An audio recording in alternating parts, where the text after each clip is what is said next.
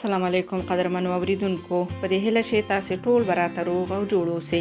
نن درته ډېر ښکلی مطلب لرم. هیله ده تر پایه راسره پاتې شئ او زموږ چینل هم سبسکرایب کړئ. د نړۍ هیڅ دین او هیڅ کلتور یو چاته دا اجازه نه ورکوي چې د خپلې میرنۍ مور سره واده وکړي.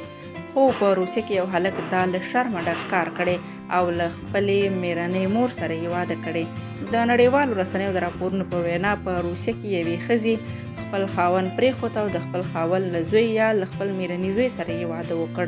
په راپورونو کې ویل شوي 15 کلنې مرینا له خپل 10 کلن میرني زوی ولادیمیر شاورین سره واده کړی. دوی څو میاشتې مخکې خپله دا رشته ښکاره کړه چې په روسیه کې پرې خلکو سختې نیوکې هم وکړې. د دغه ښځې پخوانی خاوند او د اوسني خاوند پلار یې الیکس شاورین وایي چې د هغه د پخوانۍ ښځې او زوی ترمنځ یې اړیکې هماغه مهال جوړې شوې وې کله چې مرینا د هغه ښځه وه. هغه وایي چې د دې په اړه ورته هله معلومات وشو کله چې د دواړه په خپله کوټه کې په هماغه حالت کې ولیدل.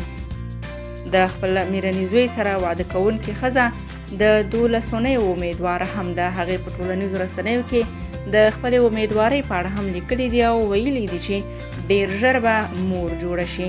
خو د هغې په دې پوسټ باندې هم خلکو سختې نیوکې کړي دي او هغې ته یې لیکلي دي چې د ټولنې کلتوري ارزښتونه یې تر پښو لاندې کړي.